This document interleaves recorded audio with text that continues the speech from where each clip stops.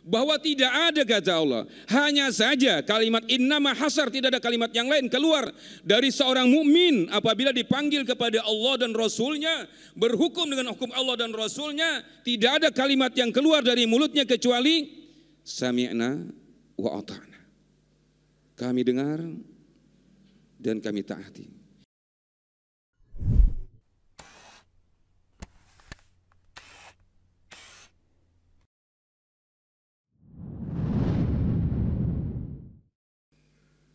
Innal hamdalillah nahmaduhu wa nasta'inuhu wa nastaghfiruh wa na'udzu billahi min shururi anfusina wa min sayyiati a'malina. May yahdihillahu fala mudilla lahu wa may yudlil fala hadiya lahu. Asyhadu an la ilaha illallah wa asyhadu anna Muhammadan abduhu wa rasuluh. Ya ayyuhalladzina amanu taqullaha haqqa tuqatih wa la tamutunna illa wa antum muslimun. Ya ayuhan nasu taqu rabbakumul ladzi khalaqakum min nafsin wahidah wa khalaqa minha zawjaha wa batha minhuma rijalan katsiran wa nisaa wattaqullaha alladzi tasaaluna bihi wal arham innallaha kana 'alaikum raqiba. Ya ayyuhalladzina amanu taqullaha wa qulu qawlan sadida yuslih lakum a'malakum wa yaghfir lakum dhunubakum wa may yuti'illaha wa rasulahu faqad faza fawzan 'azima. Amma ba'd, fa inna asdaqal hadisi kitabullah wa khairal huda huda Muhammadin sallallahu alaihi wasallam wa syarrul umuri muhdatsatuha wa kullu muhdatsatin bid-dini bid'ah wa kullu bid'atin dhalalah wa kullu dhalalatin finnar. Jamaah Jumat azani Allah wa iyyakum ajma'in. Kaum muslimin sekalian, semoga Allah Subhanahu wa taala memuliakan kita dengan ketaatan kepada Allah Subhanahu wa taala. Kita awali dengan bersyukur kepada Allah Subhanahu wa taala di hari yang mulia ini. Di hari yang kata Rasulullah sebaik-baik hari matahari terbit pada hari Jumat. Di Jumat yang kelima, di Jumat hari tanggal 5 daripada Rabiul Awal, bulan ketiga tahun 1444 Hijriah. Allah memudahkan kita untuk berhadir ke tempat yang mulia ini dengan izin Allah, dengan taufik dari Allah, dengan kelapangan yang Allah berikan kepada kita. Banyak orang punya kesempatan, kekuatan, tapi ada saja yang menghalangi mereka untuk bisa datang ke rumah Allah Subhanahu wa taala. Maka ini nikmat ketaatan yang diberikan kepada Allah kepada kita adalah nikmat yang terbesar dalam hidup ini, apapun keadaan dan status ekonomi sosial kita. Bahwa ketaatan adalah nikmat yang terbesar dalam hidup yang Allah anugerahkan kepada orang-orang yang dikehendaki Allah. Innallaha yahdi may yasha ila siratim mustaqim. Allah berikan petunjuk kepada orang-orang yang dikehendaki Allah untuk berada di atas jalan yang lurus. Semoga Allah jadikan kita orang-orang yang dikehendakinya istiqamah di atas jalan yang lurus. Salawat dan salam kepada junjungan kita, tauladan kita, manusia terbaik yang diciptakan Allah Subhanahu wa taala sebagai contoh yang terbaik dalam kehidupan untuk segala perkara kehidupan. Laqad kana lakum fi Rasulillahi uswatun hasanah. Selanjutnya nasihat yang selalu didengungkan setiap Jumat. Karena inilah posisi kita yang terbaik di sisi Allah, yaitu ketakwaan. Siapapun kita, apapun keadaan kita, bahwa Allah mengukur kita dengan ketakwaan kepadanya. Inna akramakum indallahi atqakum. Orang yang paling mulia di sisi Allah di antara kalian, orang yang bertakwa.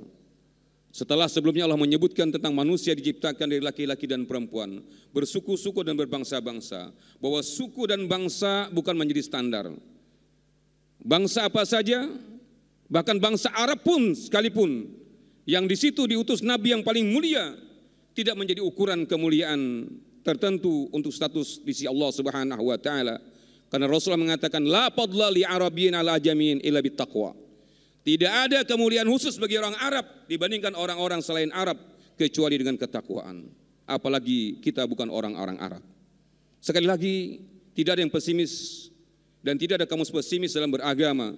Siapa yang paling bertakwa, dialah yang paling mulia. Oleh karena itu setiap Jumat kita dinasihati, apapun keadaan kita, maka hendaklah selalu kita bertakwa kepada Allah. Apakah kita kaya ataupun miskin, sehat ataupun sakit, keadaan apapun, agar kita selalu berada dalam garis ketakwaan, yaitu apa yang diperintahkan Allah dan Rasulnya kerjakan ikhlas karena Allah, dan apa yang dilarang oleh Allah dan Rasulnya kerjakan ikhlas karena Allah Subhanahu wa taala. Kemudian jamaah sekalian mati Allah Subhanahu wa taala, selebihnya selain daripada itu sebagai tazkir, karena agama kita agama nasihat untuk menasihatkan untuk diri sendiri kita semuanya. Baik yang sudah tahu untuk mengingatkan dan menguatkan pengetahuannya, atau yang belum tahu menyadarkan ketidaktahuannya. Bulan ini kita berada di bulan ketiga dari bulan-bulan dalam 1 tahun dalam kalender Hijriah. Setelah Muharram, Safar, dan berada di Rabiul Awal. Memang dalam bulan-bulan tertentu dalam Islam ada fadilah-fadilah. Oleh karena selazimnya kita seorang muslim menghafal bulan-bulan Qamariyah. Karena di antaranya ada bulan-bulan yang punya fadilah, yang Allah lipat gandakan pahala di bulan-bulan tersebut dibandingkan bulan-bulan yang lainnya. Dan selebihnya dia berjalan secara normatif, termasuk di antaranya bulan Rabiul Awal. Asalnya bulan Rabiul Awal tidak ada kekhususan tersendiri, sama dengan bulan Safar, sama dengan bulan Rabiul Akhir, sama dengan bulan Jumadal Ula, Jumadal Akhir, tidak ada kekhususan pada dasarnya. Kalau toh ada juga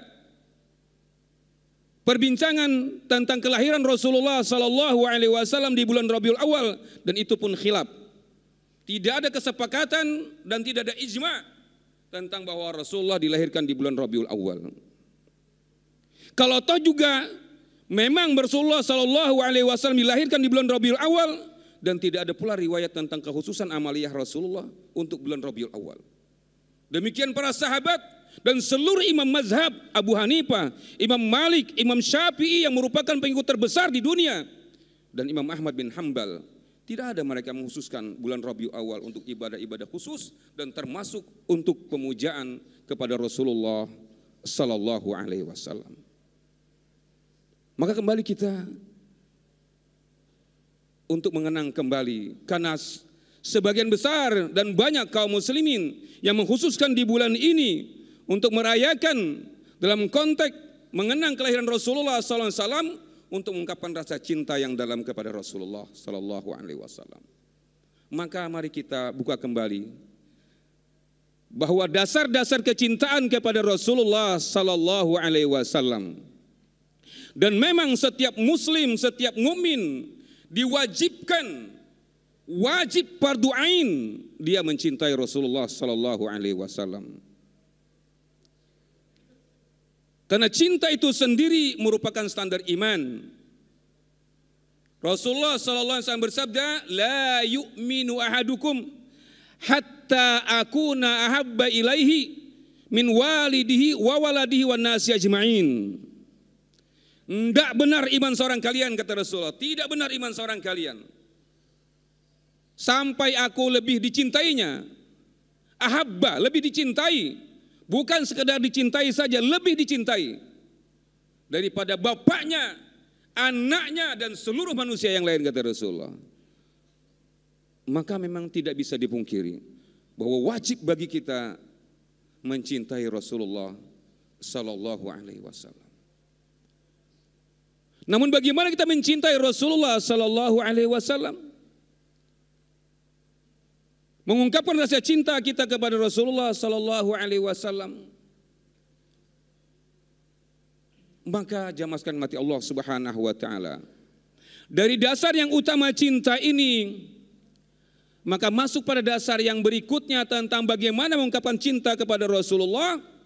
Karena kaidah cinta dikatakan, in kana hubbuka sadiqan la ata'tahu fa innal muhibba liman yuhibbuhu muti'. Kalau cinta engkau benar, jujur engkau mengatakan cinta, maka engkau akan mentaatinya. Karena kaidah cinta sesungguhnya orang yang mencintai itu akan mencintai orang yang dicintainya, akan mentaati orang yang dicintainya. maka dasar yang sangat dalam pembuktian cinta kepada Rasulullah, mentaati Rasulullah sallallahu alaihi wasallam. Apa yang beliau perintahkan, sami'na wa ata'na. Apa yang beliau larang, sami'na wa ata'na. Jangan kita terperangkap semata-mata dengan makna definisi sunnah walaupun itu benar. Bahwa sunnah itu dikerjakan dapat pahala, ditinggalkan tidak berdosa. Dan itu benar, jawabannya tidak salah. Tetapi bahwa sunnah bukan sekedar sebatas itu. Karena dia bagian daripada pembuktian cinta yang benar kepada Rasulullah sallallahu alaihi wasallam.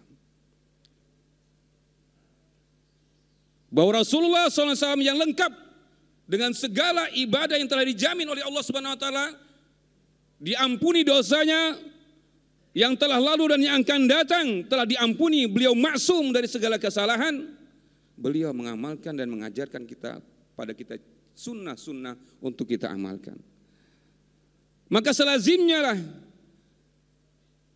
bagian pembuktian cinta yang benar, hendaklah kita memperhatikan sunnah-sunnah Rasulullah sallallahu alaihi wasallam. Mentaati beliau. Lebih-lebih kalau kita mengenang akan hadis Nabi sallallahu alaihi wasallam, kullu ummati yadkhuluna al-jannata illa man aba. Qila wa may yaba ya Rasulullah? Qala man ata'ani dakhala jannah wa man asani faqad aba. Rasulullah bersabda bahwa semua umatku mendapat jaminan masuk surga kecuali yang enggan masuk surga. Maka dikatakan, ya Rasulullah, siapa yang enggan masuk surga? Surga yang demikian indahnya, para sahabat tertegun. Heran kalau mendengar ada orang enggan masuk surga. Karena mereka mendengar langsung tentang cerita surga dari Rasulullah SAW yang langsung mendapat kabar dari Allah Subhanahu wa taala. Siapa Rasulullah yang enggan masuk surga? Maka Rasulullah memberikan rumus global, man ata'ani dakhalal jannah wa man asani faqad aba.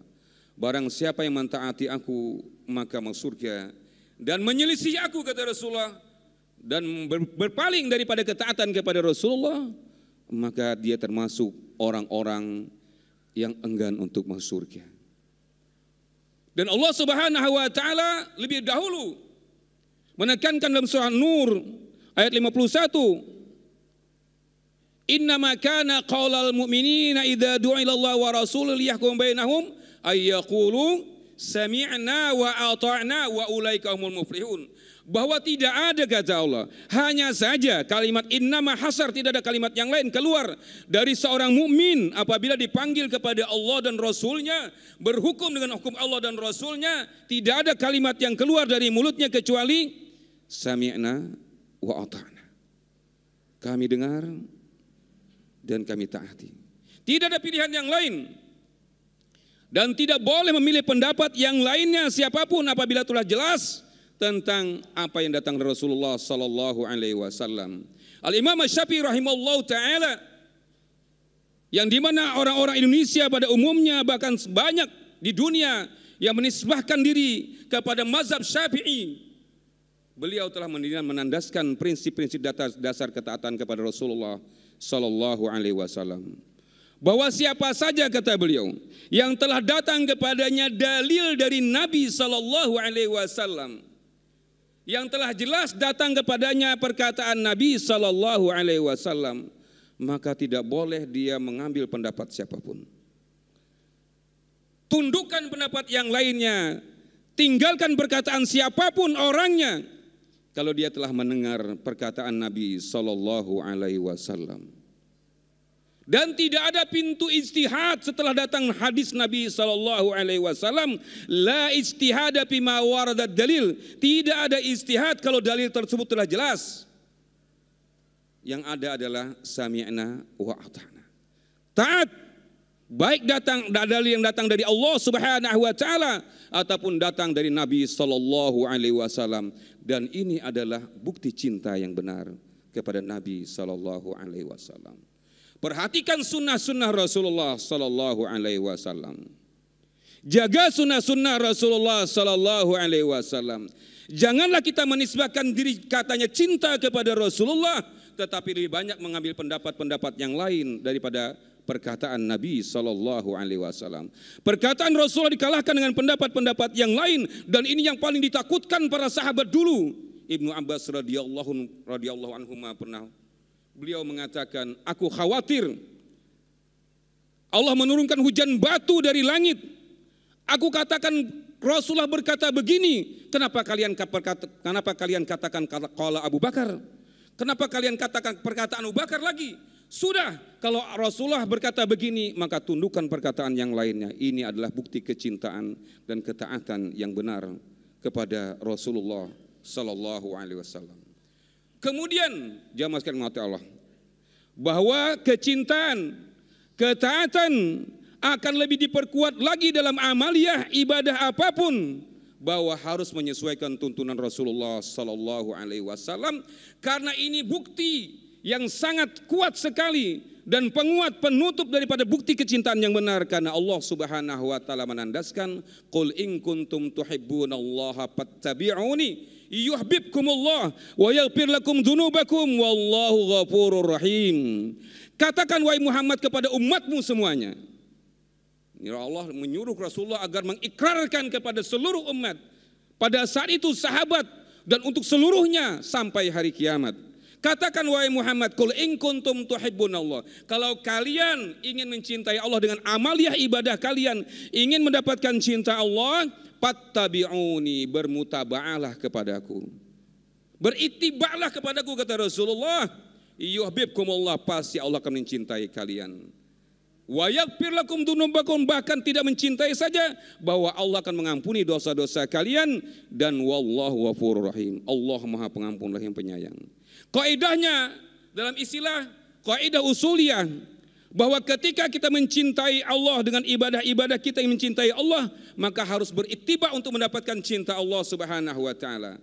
Dan orang yang tidak berittiba tidak akan mendapatkan cinta dan pengampunan Allah Subhanahu wa taala.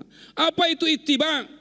Ittiba bukan sekedar taat, bukan sekadar mengikuti, tetapi patuh sepenuhnya kepada Rasulullah sallallahu alaihi wasallam. Apa yang beliau perintahkan, bagaimana cara beliau mengerjakannya, adakah beliau mengerjakannya, kalau ada kerjakanlah, dan kalau tidak ada jangan kerjakan. Ini namanya ittiba, patuh, bukan sekedar taat tetapi patuh, karena taat dan patuh berbeda. Kalau orang mengatakan belikan saya ini, ditaatinya, tetapi boleh jadi dia membeli bukan yang dimaksud.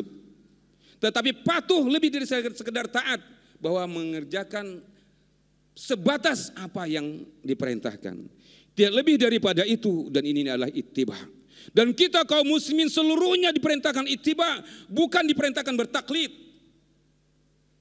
Taklid boleh untuk masa-masa tertentu, tapi kita berusaha mencari sumber dalil dalam amaliyah kita. Apakah benar ini ada tuntunan Rasulullah SAW, agar yakin bahwa kita berittiba, bukan semata-mata taklid. Dan sekarang sebagian besar, banyak sekali kaum muslimin, mereka nikmat dengan taklidnya. Sekali lagi, bukan menutup semata-mata mutlak taklid, tetapi bahwa taklid ketika kita mengikuti, bahwa kita tahu yang kita ikuti ini sumbernya, dasarnya jelas, dan itu pun ujungnya namanya ittiba. Mau mazhab apa saja silakan, dan tidak ada kemutlakan sebuah mazhab dalam agama. Yang penting yang kita ikuti, kita yakin bahwa sumbernya jelas. Ada sumbernya, yang payung hukumnya, kita cinta kepada Rasulullah, sumbernya jelas, ada tuntunan Rasulullah sallallahu alaihi wasallam. Jangan menafsirkan sendiri. Dan banyak kadang-kadang karena kehebatan retorikanya, kehebatan dia mengungkapkan dalil-dalil dengan penafsiran yang menurut pemikiran dia, retorika yang hebat, kemudian menyesatkan sebagian besar kaum muslimin. Dan ini yang paling dikhawatirkan Rasulullah sallallahu alaihi wasallam. Rasulullah bersabda, akhwafu ma akhafu alaikum a'immatul mudillin. Yang paling kukhawatirkan, kata Rasulullah, di tengah-tengah kalian akan muncul a'immatul mudillin, tokoh-tokoh yang menyesatkan, memutar balik ayat-ayat Allah Subhanahu wa taala, mengatakan begini-begini, pada Rasulullah tidak pernah mengerjakan demikian. Memaksakan dalil untuk diterima dengan kehebatan retorikanya. Maka berhati-hatilah, lebih-lebih di zaman penuh banyak syubhat. Maka hendaklah kita yakinkan amaliyah kita, bahwa benar-benar kita cinta yang benar kepada Rasulullah. Demikian kemudian kita taati apa yang telah kita katakan. Kemudian patuhilah. Kalau itu memang ada sumbernya Rasul, silakan kerjakan. Dan Rasulullah telah mencontohkan segala-galanya, tidak ada yang kurang. Maka dikatakan tidaklah Rasulullah wafat kecuali telah menjelaskan sejelas-jelasnya apa yang bisa memasukkan ke surga. Telah beliau jelaskan, telah beliau bimbing umat ini. Tidak ada satupun yang tertinggal. Dan apa yang bisa mengantarkan orang kepada neraka sudah jelas. Rasulullah peringatkan agar jangan didekati. Maka Rasul mengatakan taraktukum alal mahajjatil bayda lailuha kanahariha la yazighu anha illa halik. Ku tinggalkan kalian dalam bentangan agama yang sangat jelas sekali. Tidak ada yang rahasia. Malamnya bagaikan siang kata Rasulullah. Tidak ada rahasia dalam agama ini. Terang benderang agama ini. Maka tidak ada yang menyelisihinya kata Rasulullah kecuali pasti dia binasa. Karena agama ini tidak ada yang rabun. Agama jelas, contoh dari Nabi jelas. Yang ada dalilnya dikerjakan. Yang tidak ada jangan dipaksakan. Oh, mana ada larangannya mengerjakan begini? Dalam agama, larangan itu tidak mutlak dengan dalil. Dalam kaidah agama, masalah ibadah tidak diminta larangan dalil. Untuk larangan tidak diminta dalil. Cukup bahwa Nabi tidak mengerjakan, tidak mencontohkan, itu sudah merupakan larangan. Karena sekiranya itu baik, benar adanya, Rasulullah tidak akan melepaskan daripada contoh yang terbaik. Di mana ada larangan kita sholat subuh 3 rakaat? Buka semuanya dalil. Buka Al-Quran dan hadis Nabi. Adakah larangan kita sholat subuh 3 rakaat? Tidak akan ditemukan. Boleh kita sholat subuh 3 rakaat? Boleh kita azan jam 10 siang? Azan baik. Kalimat-kalimat baik. Kalimat thayyibah. Kalau baik saja sekedar agama ini sekedar baik, kemudian kita mengerjakannya, maka kebaikan itu nisbi. Baik mungkin menurut kita, belum tentu baik menurut yang lainnya. Bahwa standar agama adalah bukan sekedar baik. Benar adanya dan benar itu harus dikuatkan dengan adanya sumber dalil yang jelas. Maka sekali lagi, kalau toh perkara tersebut ada khilaf di kalangan para ulama, maka yakinkan bahwa sumber khilaf itu jelas. Memang agama juga ada khilaf di dalamnya. Tetapi khilaf itu tidaklah muncul kecuali ada sumber dalilnya. Baik karena dalil itu mempunyai makna yang berbeda-beda, ataupun mungkin derajat dalil yang diperselisihkan, maka itu boleh jadi khilaf. Tetapi apabila tidak ada dalil sama sekali, dari mana jalannya khilaf? Mana ada dalilnya pernah Rasulullah memuliakan bulan Rabiul Awal? Mana sahabat-sahabat yang ratusan ribu sahabat sampai akhir sahabat? Mana di antara satu orang pun di antara mereka yang memuliakan Rabiul Awal? Mana semua imam mazhab yang memuliakan Rabiul Awal? Dari mana sumber khilafnya? Di mana sumber khilafnya? Maka puaskanlah kita dengan mencintai Rasulullah, ikuti sunnah Rasulullah Sallallahu Alaihi Wasallam. Kalau toh juga ada khilaf dalam masalah agama, kalau kita masih bisa khurus minal khilaf, keluarlah dari khilaf, itu lebih bagus. Tetapi apabila tidak bisa kita memilih salah satu, silakan pilih salah satu. Mana yang lebih nyaman di hati kita? Rasulullah Sallallahu Alaihi Wasallam mengatakan, apabila seorang kalian masuk masjid, maka jangan duduk kecuali sholat 2 rakaat. Ini sunnah asalnya. Tetapi Rasulullah juga mengatakan tidak boleh sholat di 3 waktu. Ketika sholat subuh, habis sholat subuh sampai terbit matahari.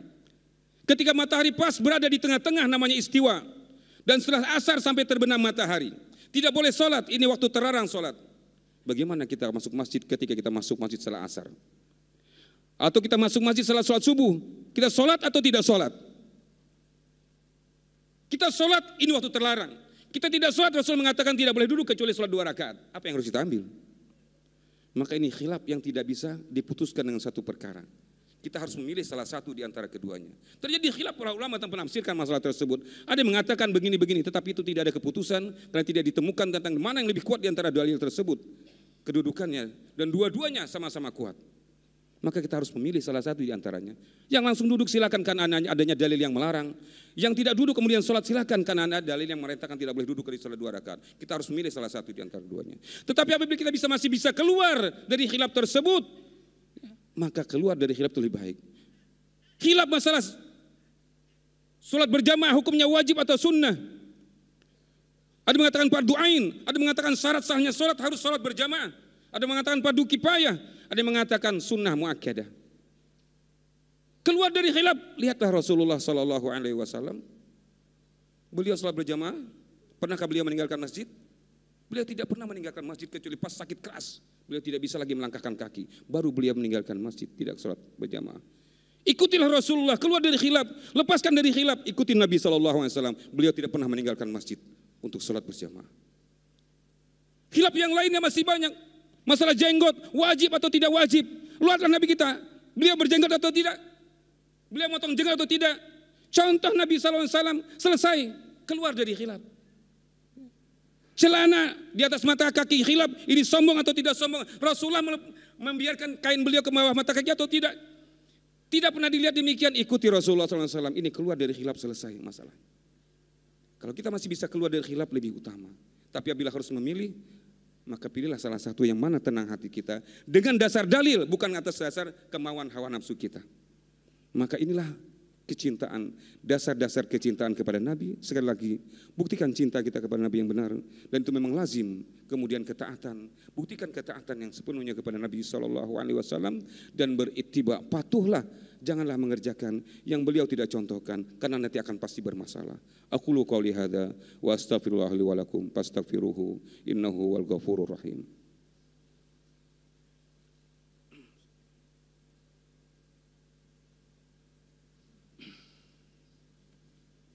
Alhamdulillah wassalatu wassalamu ala Rasulillah wa ala alihi wa sahbihi wa man ihtada bihadihi wa istanna bi sunnatihi ila yaumil qiyamah amma ba'd. Jamaah sekalian yang dirahmati Allah Subhanahu wa taala, kecintaan, ketaatan dan kepatuhan kepada Rasulullah itu lazim semestinya, dan itu adalah ketenangan jiwa, kenyamanan jiwa kita, karena dia adalah ibadah yang besar.